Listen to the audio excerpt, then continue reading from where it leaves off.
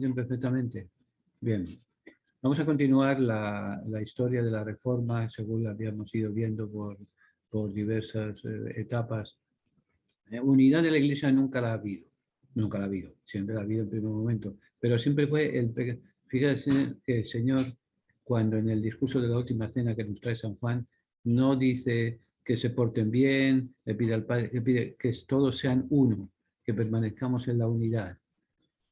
Que permanezcamos en la unidad porque sabía que de los 12 apóstoles eran 12 mentalidades, eran 12 mundos, eran 12, podían haber sido 20, podían ser, en realidad fueron más de 12. Los discípulos fueron 82. ¿Por qué sabemos que es 82? Porque el Señor los envía a predicar la buena. ¿Y por qué los manda de dos en dos? ¿Por qué los manda de dos en dos? Porque el dos significa comunidad.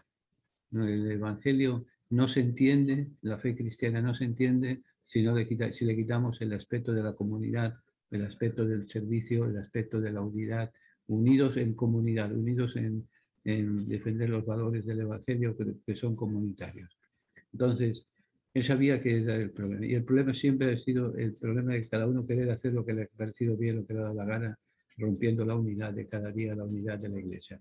Llegamos al siglo XVI, es el gran momento de las desuniones. Había habido desuniones anteriores, como hemos visto, la separación de Oriente y Occidente. En el 1054 ya los ritos ortodoxos y no ortodoxos se separan. El siglo XVI es el siglo en Occidente. Pensemos que la Iglesia está unida con este y oeste, el oriente y el occidente, hasta 1054. 1054 es la gran división que todavía pasa casi 1000 años, y todavía, no, y sin casi, han pasado 1000 años y todavía no hay forma de buscar los caminos de la unidad, los caminos del respeto. Unidad desde la diversidad, porque muchas veces lo que pretendemos es tener unidad, pero una unidad que todo el mundo piense igual, todo el mundo sienta igual, todo el mundo reza igual, todo el mundo sea igual. No, unidad en la diversidad, porque hay muchos valores en la Iglesia ortodoxa, como hay muchos valores en la Iglesia de Occidente, que se ignoran mutuamente. La ignorancia es lo que más daño nos ha hecho, el desconocer al otro, el desconocer al que vive cerca de nosotros, al que cree igual que nosotros. Entonces, en el siglo XVI es la gran ruptura de Occidente. Occidente que es, habíamos visto el otro día, la ruptura de Oriente, 1054, Oriente y Occidente. Ya viene ahora la ruptura de la protestante. En Centro Europa es donde se crea la gran división con los grandes líderes, Martín Lutero, Juan Calvino, Enrique VIII. Y en Occidente, la Iglesia Católica se llama la Iglesia Católica de Occidente, entonces va un poco a su aire hasta que hay un momento de reconciliación y de poner las cosas en claro, y empieza entonces la Reforma Católica. La Reforma Católica, el gran buque escuela, la gran reforma, viene preconizada por el Concilio de Trento, que es en 1545-1563. ¿Por qué dura 18 años un concilio? Porque se interrumpió varias veces. El concilio, por ejemplo, el Concilio Vaticano I solamente tuvo una sesión y fue interrumpida por la invasión de Roma por las fuerzas de Garibaldi a la hora de la independencia. Entonces, cuando Juan XXIII convoca el Concilio Vaticano II, tiene que concluir el Vaticano I, porque si no hubiera sido un siglo después de haberse interrumpido la asamblea del Concilio Vaticano I, a un siglo después tendría que ser continuación del Vaticano I. No, y lo que el Papa quería era uno solo, uno aparte. El Vaticano I duró una sesión, se quedó la mitad del trabajo, más de las 3/4 partes del trabajo sin hacer, lo sentimos. Ahora el Vaticano II es otro. El Vaticano II dura del 11 de octubre de 1962 al 8 de diciembre de 1965. Tiene 4 grandes sesiones en las cuales hay una serie de documentos y demás. Pero eso ya volveremos a ese momento. Concilio de Trento. Ahora, la reforma empieza, tiene dos pilares fundamentales de la reforma de la Iglesia, pilares que todavía hoy en día siguen vigentes. Una de ellas es el Concilio de Trento. La segunda es la fundación de la Compañía de Jesús por San Ignacio de Loyola. Hasta ese momento la vida religiosa había empezado pues, prácticamente en el siglo I. Gente que huía del mundo, el movimiento de la fuga mundi, para poder ser fieles al Evangelio, para poder ser fieles al seguimiento de Jesús. Ese seguimiento de Jesús, cuando se legaliza la Iglesia en el 313, si hay ya un relajamiento de las costumbres, un relajamiento del seguimiento de la fe, pero entonces hay algunos que quieren seguir íntegros y se continúan en ese movimiento de monasterio, de monos. Cada uno de ellos va a seguir a Dios desde la individualidad. Entonces esas individualidades forman un grupo, forman un monasterio, un conjunto de monos, de monjes, de únicos, y se va creando la vida religiosa. La vida religiosa que dura como conventual hasta el día de hoy, todavía tenemos ese sentido. Luego después la Reforma en el siglo XIII, las órdenes mendicantes, predicadoras, los dos grandes órdenes van a ser los franciscanos, seguidores de San Francisco de Asís, en su sencillez, en su respeto a la naturaleza, en su respeto al ser humano, y en la pobreza de los hermanos, de los fratres, de los frailes.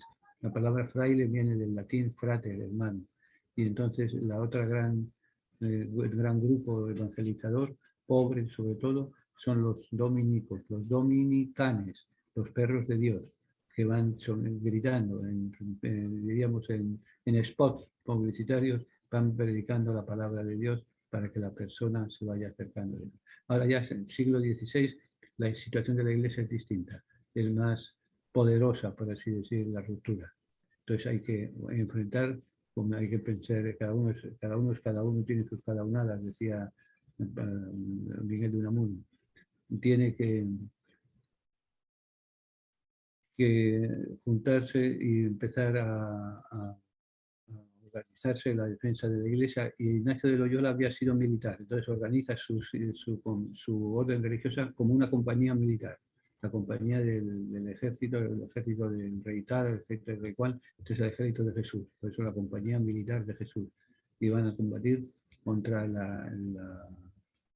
el pecado, contra la ignorancia religiosa, contra la corrupción en la Iglesia, en aquellos frentes en los cuales haga falta. Entonces, 1537 1539, o sea, en 2 años, se funda la Compañía de Jesús.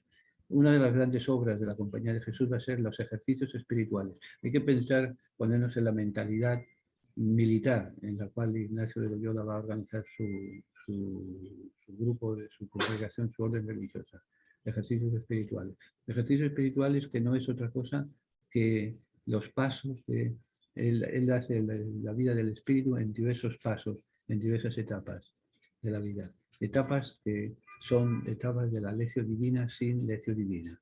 O sea, cómo leer la Biblia para que nos sirva como oración, que nos sirva como meta de camino, que nos sirva como encuentro con nosotros mismos y con Dios. No se podía poner la Biblia porque la Inquisición nos prohibía el uso de la Biblia, el uso de la palabra de Dios. Estaba secuestrada por la Inquisición. Entonces él le da la vuelta. Es lo mismo, pero del mismo perro con distinto collar. Podríamos decir es genérico, la lección divina genérica. En vez de llamarse lección divina, se llama ejercicios espirituales. Entonces, empieza en 1548 los ejercicios espirituales, y Francisco Javier funda una misión en Japón. Es romper también, debido precisamente a la expansión de la Iglesia en Oriente, se debe precisamente a una pandemia que arrasa, es la más grande de la cual se tiene conocimiento. Se calculan cerca de 80 millones de fallecidos, y cambia completamente la visión del mundo. Entonces hay que ir buscando nuevas rutas para ir a la India, para ir a la China, para ir a la tierra de Zipango, a buscar especias, a buscar carnes, a buscar sedas, a buscar oro, a buscar lo que no se le había perdido a cada uno de ellos.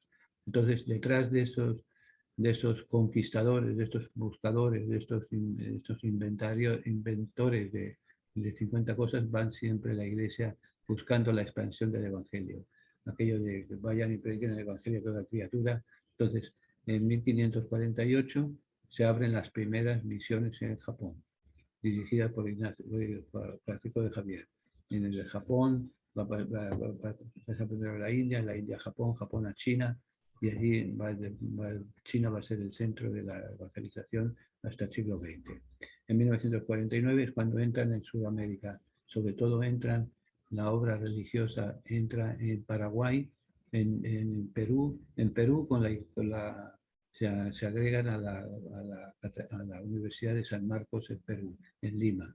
Pues el segundo, hay tres, 1540, 1550, hay tres universidades en ese momento que se disputa cuál es la primera. San Marcos de Lima, Santo Domingo de Guzmán y el Estudio General de los Dominicos en San Juan de Puerto Rico. La de San Marcos y Santo Domingo son fundadas por el gobierno y se consideran las dos primeras. La de San Juan de Puerto Rico es fundada solamente por los padres dominicos sin el permiso de la corona y por tanto no se considera como universidad legalmente. Es una universidad, pero no se considera sino un estudio general. Pero lo importante es que ya ahí tenemos la pasa, por favor. Tenemos la presencia de la Iglesia en el mundo de la cultura. Una de las grandes,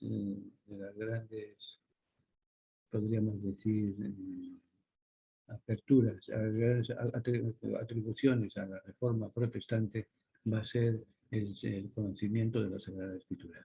Va a haber hasta 1475 todas las Biblias se escribían a mano y se tardaba un promedio de 3 años y medio en escribir una Biblia entera, una. Juan de Gutenberg inventa el sistema de imprenta de caracteres móviles. Entonces, de la primera se habla que el primer gran libro que imprimió fue la Biblia. De un cantazo imprimió 500 Biblias.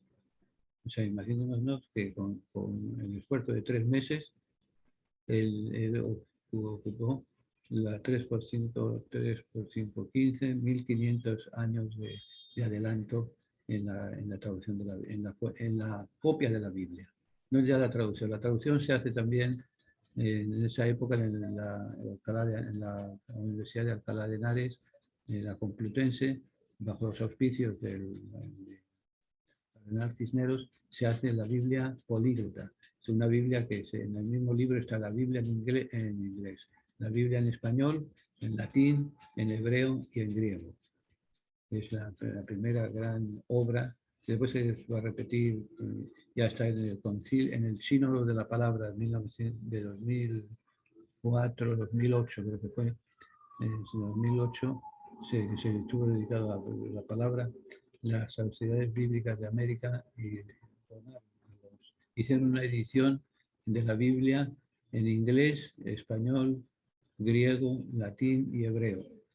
Una edición muy limitada de 1000 libros, de 1000 copias nada más, que se regaló una copia al Santo Padre, al Papa Benedicto, y una copia a todos los padres sinodales que estaban asistiendo al sínodo de la palabra. Pero bueno, Casidoro de la Reina, entre 1520 y 1594, hace la traducción, las primeras traducciones a la palabra de Dios. Es la traducción en español más copiada, más impresa, porque los grupos protestantes siempre han tenido en gran estima esta traducción de la Biblia de Casidoro de la Reina y de Juan Valera. Eran dos frailes Jerónimos, de la Orden de los Jerónimos, dedicados a la investigación de la Sagrada Escritura. A la Inquisición, a ponerles muchos problemas y muchas cosas, ellos huyen a Inglaterra y allí traducen e imprimen la Biblia. Se llama como la Biblia del oso por aparecer un dibujo de este animal en su portada. Al no aceptar la censura previa de su traducción por parte de Calvino, esta versión no fue bien vista por la teocracia ginebrina. Tiene como su curioso en su parte del dibujo una frase escrita en idioma hebreo. Pero bueno, pasa por favor. En 1602 hay otra traducción, Biblia versión de Valera.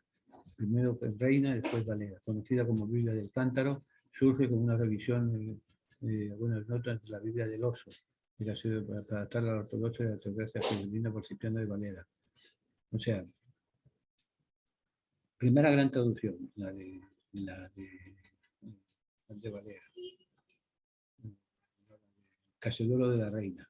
Entonces, Casiodoro de la Reina la hace una versión libre, simplemente una traducción al pie de la letra, que no le gusta esa traducción a Juan Calvino, uno de los grandes reformadores, o el fundador del calvinismo, de la Iglesia Evangélica Calvinista. Entonces, un tipo sumamente cruel, sumamente destructor de personas y de instituciones y demás. Entonces, Cipriano de Valera, siguiendo las normas y las directrices de Calvino, hace una nueva traducción de Valera. Entonces hay dos traducciones, la Biblia del oso, la Biblia del cántaro. Entonces, después hay una versión, bueno, se hacen una serie de expertos, una serie de intelectuales, hacen una versión conjunta de Cipriano. Entonces, la traducción protestante al castellano de la Biblia tiene dos nombres, Reina Valera.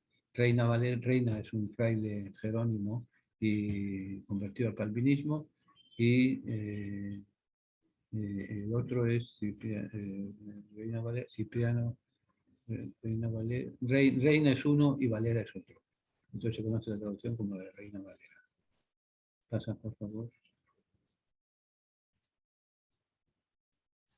Entonces, el siglo XVI es el siglo de la gran ruptura de la Iglesia en Occidente.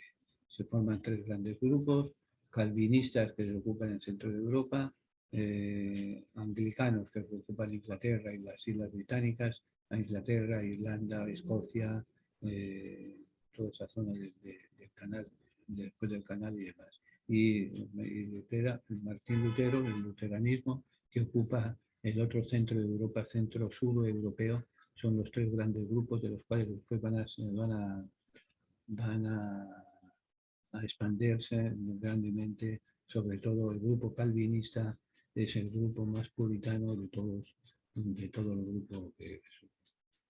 El protestantismo evangélico solo puede entenderse como plenamente en el marco de los movimientos de purificación espiritual posteriores a la Reforma. O sea, hubo un primer momento, una ruptura grande por los pecados, entre comillas, que se habían cometido en la Iglesia Católica. La gran figura es Martín Lutero, que es el que solo la fe salva. Hay que cambiar una serie de cosas. La reforma era necesaria. Miren, fue Calvino, como fue Enrique VIII, fue Martín Lutero, fueron tres, pero hubieran sido, en la Iglesia Católica hubo también intentos de reforma. Pues después, uno de ellos fue el nacimiento de nuevas órdenes religiosas, más sencillas, más dedicadas a la pobreza, más dedicadas al carisma original.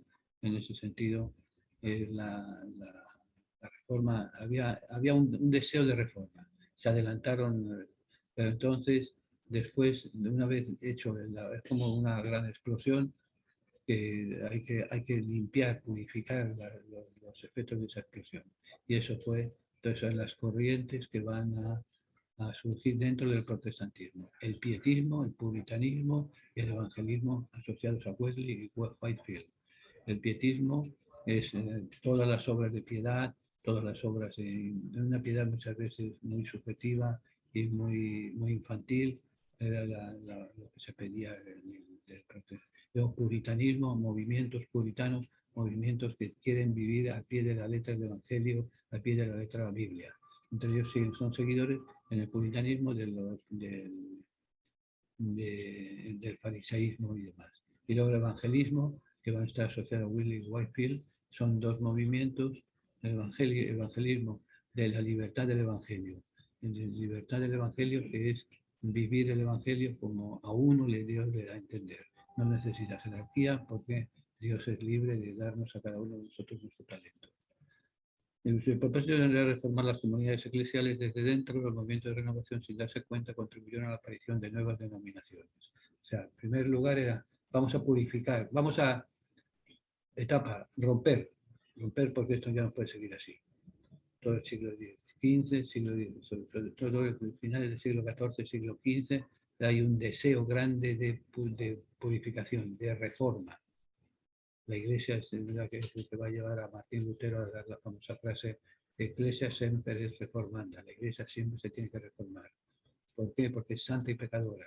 santa porque tiene su origen en Cristo resucitado, y pecadora porque está hecha de seres humanos que somos pecadores. Entonces había ese deseo. La explosión, Martín Lutero, Juan Calvino, Enrique VIII, el protestantismo como tal. Luego dentro ya, segunda etapa, el protestantismo que se purifica a su vez. Entonces tienen tres grandes movimientos: pietismo, puritanismo y evangelismo, asociados al evangelismo, a Wesley y a Whitefield. Aunque su propósito era reformar las comunidades eclesiales desde dentro, los movimientos de renovación, sin darse cuenta, contribuyeron a la aparición de nuevas denominaciones. Y así, por ejemplo, yo recuerdo en una reunión privada con líderes de la División Cristiana aquí en Nueva York. Para los que no viven en Nueva York, les cuento aquí la emisora de radio AM, FM y onda corta, propiedad de los movimientos evangélicos de la ciudad de Nueva York y New Jersey. Y los que más atienden escuchan esa radio son los católicos, pero eso es aparte. Entonces, una reunión con nuestros líderes, preguntamos, bueno, ¿y cuántas iglesias protestantes hay en realidad en Nueva York? Dijeron, no sabemos cuántas hay.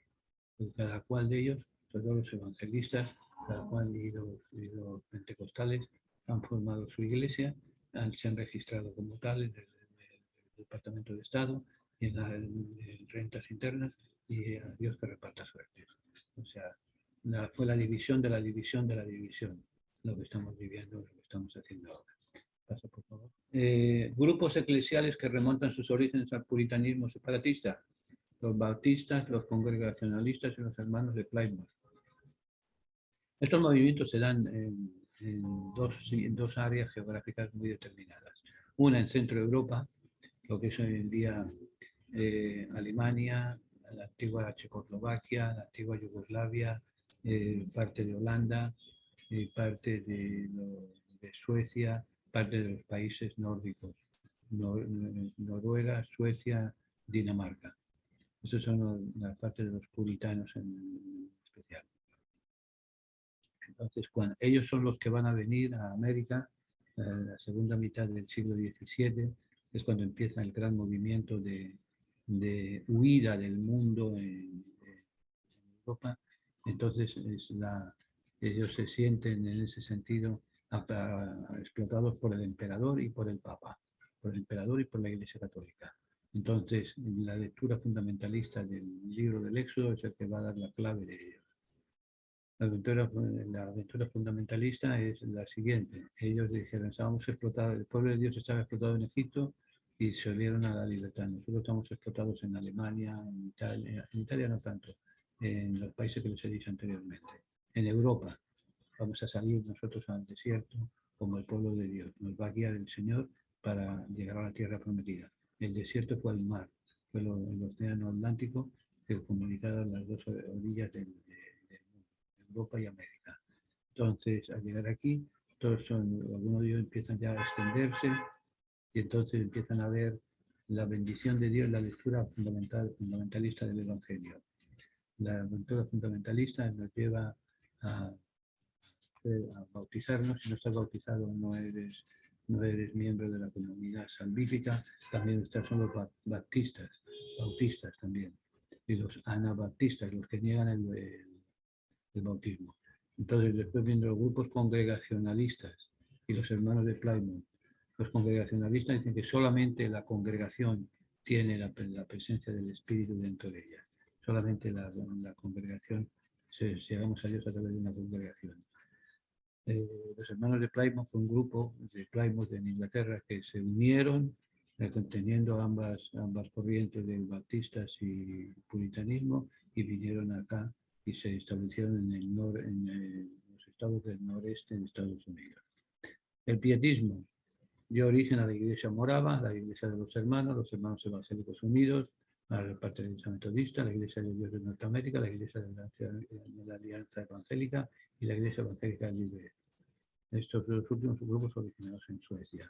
O sea, como ven, fue hablando vulgar y como hablamos en Nueva York los hispanos, fue un free for all, cada cual que aguante su vela, cada cual que monte sus cultivos, que cada cual era lógico de esperar una cosa así. porque habiendo vivido durante 15 siglos un cristianismo muy estricto, muy exigente, muy por la letra, por el libro de la letra del libro, en vez de la apertura de dejar la entrada del Espíritu Santo, ellos deniegan de eso porque ese cristianismo se había llevado a envidia, se había llevado a pecados, se había llevado a rapiña, se había llevado a sexualidad desenfrenada, se había llevado a avaricia sobre todo, y al ignorar la presencia de Dios y ignorar la palabra de Dios. Entonces, eso es lo que ellos hacen. Es el resultado de ellos, Iglesia de Dios de Norteamérica, etc. Ahora, se va a formar un grupo grande, Wesley, llamado protestantismo evangélico. Se llaman protestantes por una razón muy sencilla. En un primer momento hubo intentos de parte del emperador Carlos V y Carlos V de España y Carlos I de España y V de Alemania. El empate viene por los reyes católicos. Una de las hijas de los reyes católicos se casa con Felipe el Hermoso, uno de los nietos del emperador del imperio austrohúngaro. Entonces muere el papá de Felipe el Hermoso, muere en circunstancias un tanto extrañas. La madre se ha vuelto loca, con la loca, de hecho se lo conoce la historia. Pero entonces, cuando tiene mayoría de edad, 18 años, toma posesión de su trono Carlos V, que es el emperador del imperio alemán y el rey de Castilla y León, que logra la unificación que le han hecho los abuelos Fernando e Isabel. Entonces, se llevan, tener en el Estado, tener en el imperio unas separaciones con estos problemas y demás, es difícil. Entonces, les mandan a llamar a los líderes a una reunión, a una asamblea, en las cuales se les expone todo lo que han hecho y se les dice que dejen de hacer eso o van a ser castigados. Entonces empiezan a protestar por esos castigos. Por esos castigos que protestaron ellos se les llama protestantes. Entonces ya se conoce a los seguidores de Martín Lutero, a aquellos que han seguido. Martín Lutero hizo una reforma de la Iglesia a su manera, entonces aquellos que lo seguían, pero él nunca pensó que había dividido la Iglesia, él pensó que la había purificado. Por eso muchas veces la conclusión está más cerca a Martín Lutero de muchos planteamientos católicos, de lo que muchos católicos estamos cercanos a nuestro. Entonces, el protestantismo evangélico y el protestantismo común y corriente. Winfield en el siglo XVIII nacieron las iglesias metodistas. ¿Por qué se dicen metodistas? Porque tienen un método de acercarnos a Dios. Oración, lectura de la palabra de Dios, celebración de la fe, celebración de una serie de cosas. Es un metodista, iglesia metodista. No se puede uno salir de ese método de santidad. La santidad se quiere en torno a las raíces del momento de santidad, se inicia el retorno a las raíces de Wesley. Entre las comunidades eclesiales que muestran el impacto de la teología de santidad están Alianza Cristiana Misionera, Ejército de Salvación, Iglesia de Nazareno, Iglesia Metodista Libre, Iglesia de Wesley, Iglesia de Santidad Peregrina, Iglesia Misionera Unida, Iglesia de Dios, la Iglesia Congregacionalista Evangélica. Estos son las ramas, los núcleos. En torno a cada una de estas iglesias van a surgir Iglesia Alianza Cristiana Misionera Puertorriqueña, Alianza Cristiana Misionera Peruana, Alianza Cristiana Misionera Dominicana. O sea, ellos van a hacer van a elaborar unos principios básicos y van a predicar el Evangelio, van a predicar la pertenencia a la Iglesia. Es esto, es la purificación de los males que había, de robo, de prostitución, de todos los pecados habidos y por haber. Ahora vamos a hacer una alianza. Esa alianza es seguir el Evangelio al pie de la letra. Entonces, no solamente nosotros vamos a seguir el Evangelio al pie de la letra, sino vamos a seguirlo misionando, buscando nuevos adeptos, purificando el Evangelio, purificando la respuesta al Evangelio. El ejército de salvación, pues es organizar la iglesia en forma de ejército, dedicados a 2 o 3 cosas bien sencillas. Una de ellas es el diezmo. Ellos solamente hacen una colecta grande una vez al año, desde el día de Thanksgiving hasta la víspera de Navidad, y sacan un promedio de $1 billón solamente en esa colecta. pero lo repito, tienen otras cosas y todo aquel que lo haga con buena fe, bendito sea Dios, se salva. Ejército de Salvación, Iglesia del Nazareno, Iglesia Metodista Libre, Iglesia de Wesley, Iglesia Wesleyana, Iglesia de Santidad Peregrina, Iglesia Misionera Unida, Iglesia de Dios. Ahora, ¿qué tienen en común todas estas iglesias? Primero, el culto a la palabra de Dios. La palabra de Dios para ellos es fundamental, el conocerla, el estudiarla, el vivir de acuerdo a la palabra de Dios, etc. Es el hacer su fe basada en la respuesta a la palabra de Dios.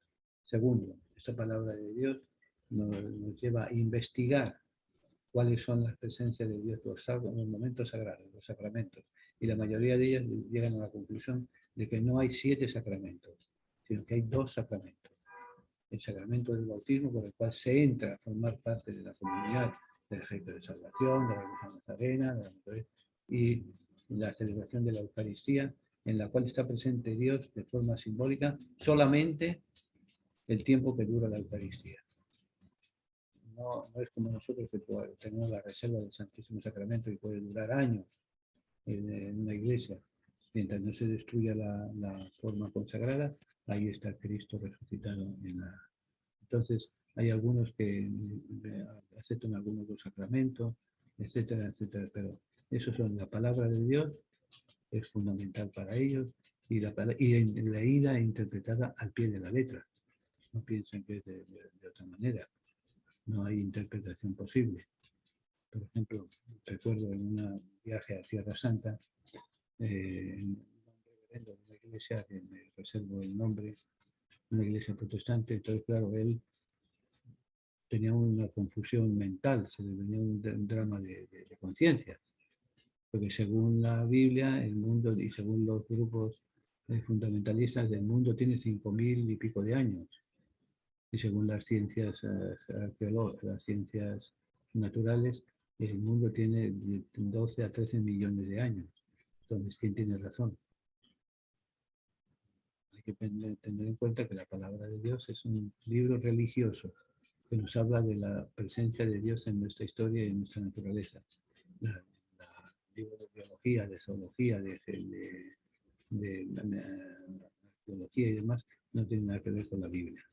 Tiene que ver con lo que estamos viviendo de cada día, con el ecosistema en el que vivimos, ecosistema que lo estamos destruyendo la generación actual. La generación nacida en la Revolución Industrial, a finales del siglo XVIII, comienzo del siglo XIX, está destruyendo a la naturaleza, sobre todo a partir del siglo XX, en que se introducen los motores de explosión, los motores de gasolina. Todo eso ha llevado a lo que estamos viviendo ahora, un cambio climático. Pero entonces el mundo no va a durar tanto tiempo como nos imaginamos. Protestantismo evangélico. Pasa al siguiente, por favor.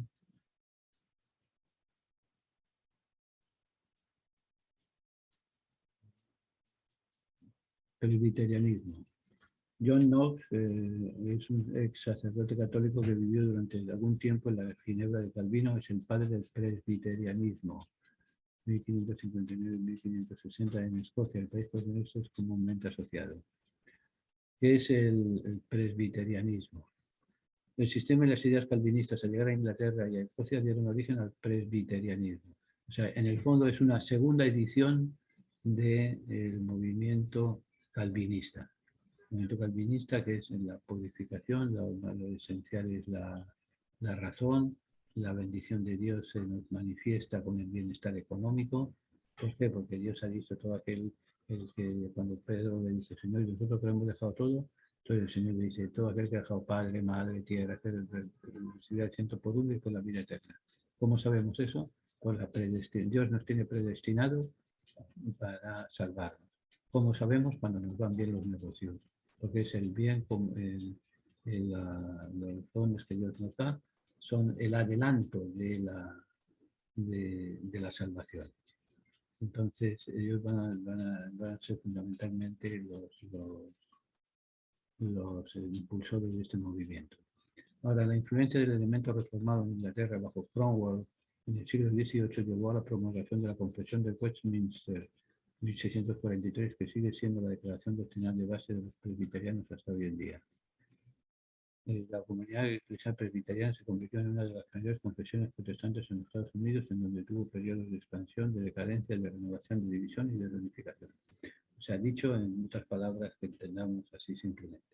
El presbiterianismo es un movimiento que surge en Inglaterra y en Escocia, siguiendo la figura. Las grandes figuras en este movimiento son los sacerdotes, los presbíteros. Se construye en torno a los presbíteros. Entonces tiene sus bases doctrinales tomadas del calvinismo, búsqueda de la palabra de Dios, integrismo moral, integrismo económico y bendición de Dios por la predestinación.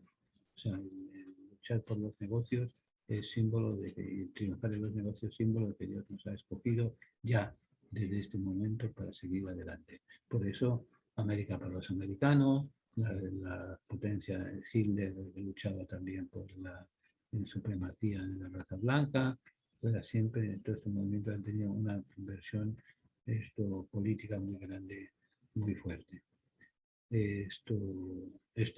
Aquí en Estados Unidos, después el presbiterianismo se va a convertir un poco en el anglicanismo. Tiene algo que ver con ello. El anglicanismo es la iglesia que surge en Inglaterra. La iglesia protestante que surge en Inglaterra, que tiene prácticamente todo, es el movimiento protestante más cercano al catolicismo. Podríamos decir que es no una secta, sino una rama del catolicismo.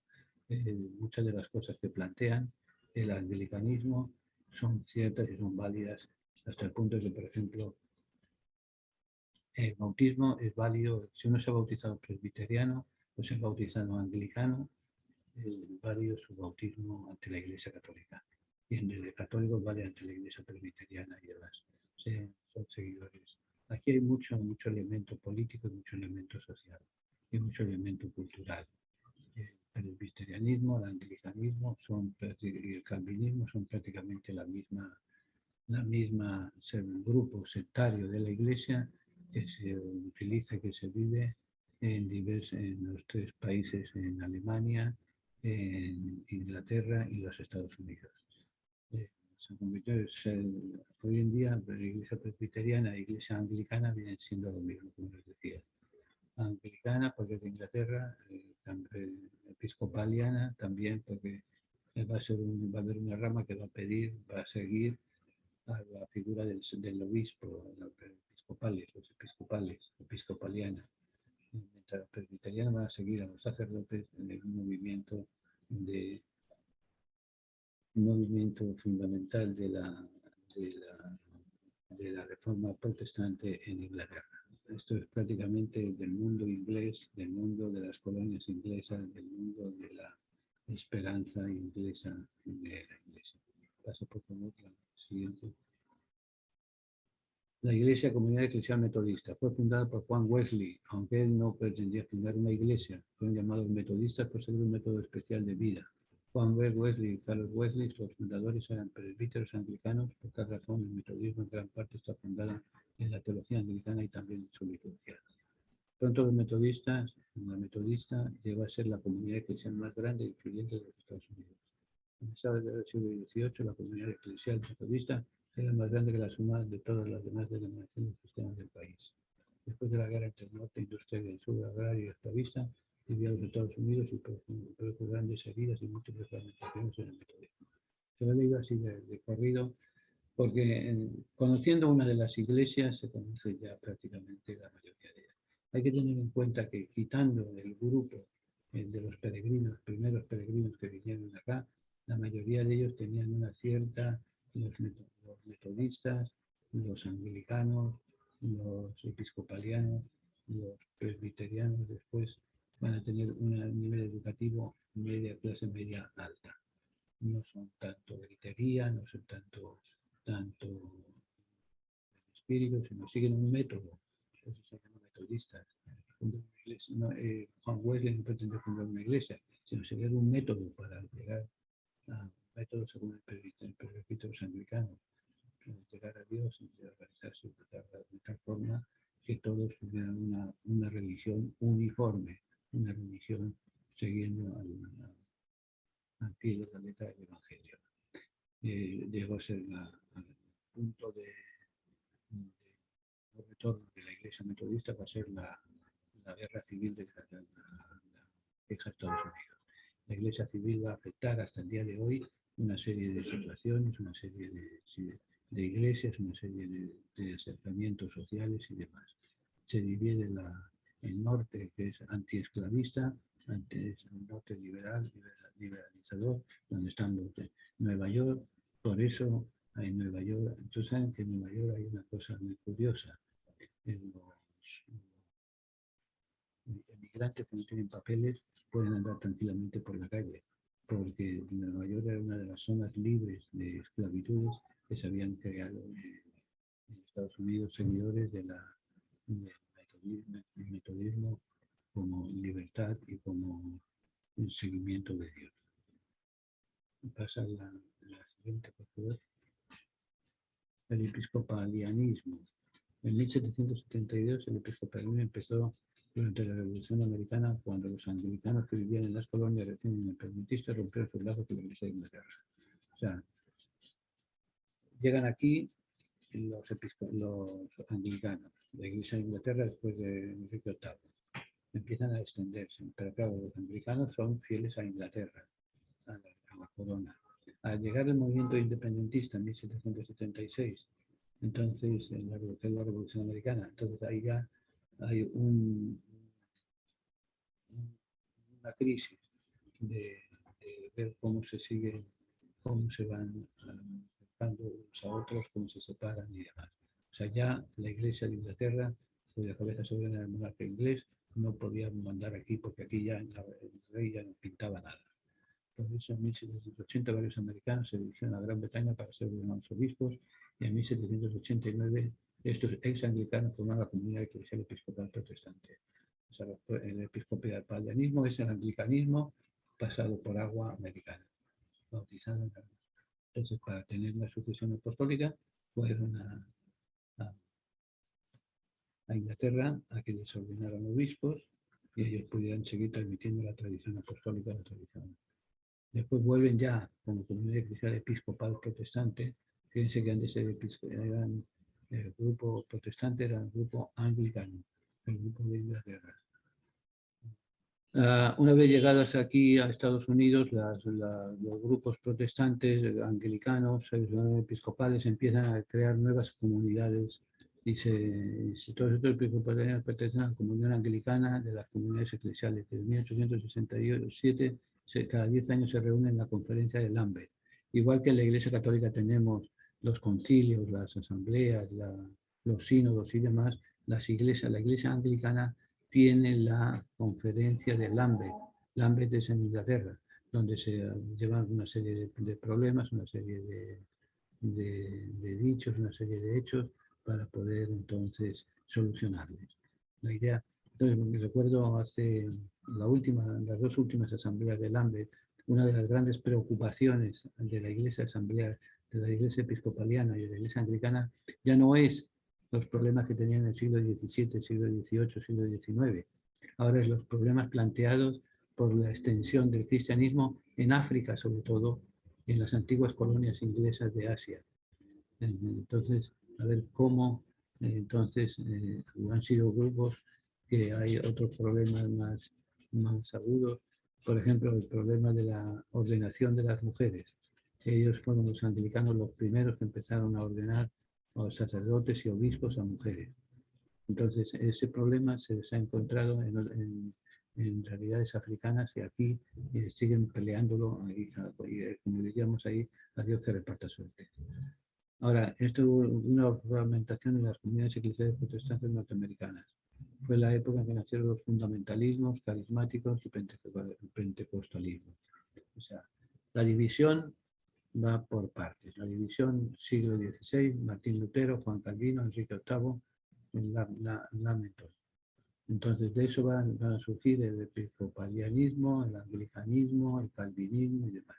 Del episcopalianismo va a surgir después otros movimientos fundamentalistas, carismáticos y pentecostalistas, en los cuales estamos en esa etapa hoy en día. Eso viene surgiendo, este movimiento de avivamiento, la iglesia de avivamiento del espíritu, viene surgiendo sobre todo en la segunda, finales del siglo XIX y fuertemente en la segunda mitad del siglo XX.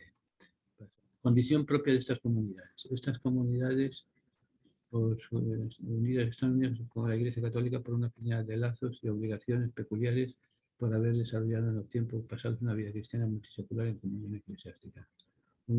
Ellos, los movimientos de estas comunidades, tienen una característica que no tienen los otros grupos, y es la unidad con la Iglesia.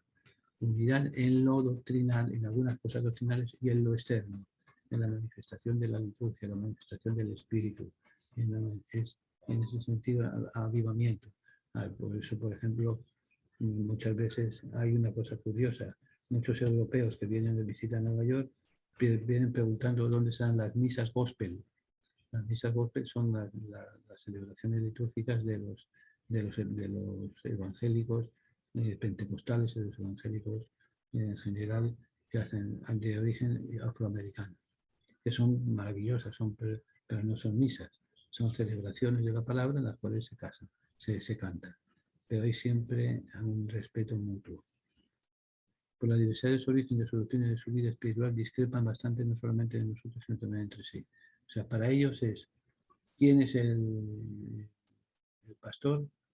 Federico Pérez, Juan Martínez, María de los Ángeles, quien sea. Entonces, en torno a él tiene la infusión del Espíritu. La infusión del Espíritu que le hace hablar lenguas. O sea, si te eché el ejemplo de Pentecostés en Jerusalén, cuando la venida del Espíritu Santo, que se les escuchaba a todos, con gran conocimiento cada uno de ellos de sus lenguas, el don de lenguas. El don de lenguas es una de las cosas. No es universal movimiento y el deseo de la Iglesia Católica es grande. Entre estas iglesias y comunidades de la Iglesia Católica hay discrepancias esenciales no solo de índole histórica, sino también de toda interpretación de la verdad revelada. O sea, una cosa es que nos llevemos bien a la hora de cantar, que nos llevemos bien a la hora de rezar, que nos llevemos bien a la hora de hacer obras de caridad, y otra cosa es que lo doctrinal, lo profundamente teológico, hay que ver entonces ahí donde discrepamos, ahí donde viene donde, como dicen en Puerto Rico, donde la puerta torció el rabo. Así que en ese sentido, pues no quita que no se asista a estos movimientos, que se puede hacer, pero de ahí decir, siempre que haya un respeto mutuo, uno sabe lo que cree y uno sabe lo que no cree, y lo que estamos en discrepancia o no. Pero lo primero fundamental es, por ejemplo, cosas fundamentales. Bueno, ¿qué valores cristianos hay que permanecen? El sentido de la confesión de Cristo, Salvador y Redentor. Confesión de Cristo. ¿Quién es Cristo para nosotros los católicos? ¿Quién es Cristo para nosotros los evangélicos? ¿Quién es Cristo para nosotros los protestantes en general? Salvador y Redentor. En eso no hay diferencias. No hay diferencia de tono, si tiene color de la piel blanco, si tiene color de la piel rojo, si tiene color de la piel... Pero lo fundamental, confesar que Cristo es Salvador y Redentor. Segundo elemento fundamental, y en esto sí que nos dan un montón de enseñanzas y de cosas, el amor a la Sagrada Escritura, el amor al conocimiento de las palabras de Dios. Nosotros los católicos pues nos aprendemos canciones muy bonitas, muy sentimentales, Señor, has venido a la orilla, todo lo que queramos, etcétera, etcétera, etcétera. Pero muchas veces el conocimiento de la palabra de Dios brilla por su ausencia en la vida católica. Es ahora, después del Concilio Vaticano II, en que se están haciendo esfuerzos y movimientos para conocer la Sagrada Escritura por parte de los católicos. Por si alguno les pregunto, o algunas veces me parece que he contado la anécdota, que vienen a personas a que les bendiga la Biblia, que han comprado una Biblia hermosa que le ha costado $200 y pico, $300 y pico. Mi padre me la bendice y dice, pero ¿para qué quieres una Biblia tan cara y tan fancy, tan eso? Ay, padre, para terminar en la puerta de la casa, para que cuando entre todos vean que somos católicos. Digo, sí, pero si la Biblia no está para eso, la Biblia está para leerla, es la palabra de Dios que nos va guiando cada día. Cuando hablamos, rezamos, hablamos con Dios. Cuando leemos su palabra, Dios habla con nosotros. Leer la palabra de Dios es para leerla, es la parte de nuestra vida. Y en eso tenemos que aprender de estos movimientos mucho. El tercer elemento común, la vida sacramental. El punto de partida es el bautismo. Muchas veces nos preguntamos, mira, una vez tuve una experiencia triste cuando era párroco, en una de las primeras comuniones que tuvimos, había dos muchachitos, un nene y una nena de 8 o 9 añitos, que hicieron toda su preparación y iban a hacer la primera comunión, y los papás estaban casados solamente por lo civil y desearon casarse por la iglesia. Y bien, pues se inició todo el proceso de casarse por la iglesia, etc. Y la partida de bautismo de ella no aparecía. Y no aparecía, hasta que por fin me dijo, padre, lo que ocurrió fue lo siguiente, se puso a averiguar. Ellos vivían en un campo de Calley, puertorriqueños no saben a lo que me refiero. Calley es en las montañas. Entonces, en el campo iban a la iglesia a bautizarlos. Según iban a la iglesia, habían empezado ya la fiesta, la bebelata, la comelata, etc. Nunca llegaron a la iglesia y le dieron porque estaba bautizado. Entonces ella, a los 40 y pico de años, se vino a dar cuenta de que en vez de llevarla a bautizar, la habían llevado a fiestar y nunca se había preocupado. Dígame una cosa, ¿cuántos de ustedes saben cuál es la fecha de su bautismo? Cuando sería una asignatura, si vamos a ponerle un trabajo de una asignación de la clase, es averiguar cuándo fue que se bautizaron, el bautizaron. Bautismo, punto de partida de la vida cristiana, y no sabemos cuándo es. En cuarto lugar, la vida con Cristo. Muchos cristianos no entienden siempre el Evangelio en su aspecto moral de la misma manera que los católicos y admiten las mismas soluciones a los problemas más complicados de las sociedades modernas, pero no obstante quieren seguir lo mismo que nosotros, la palabra de Cristo, como fuente de virtud de vida cristiana. Resumiendo,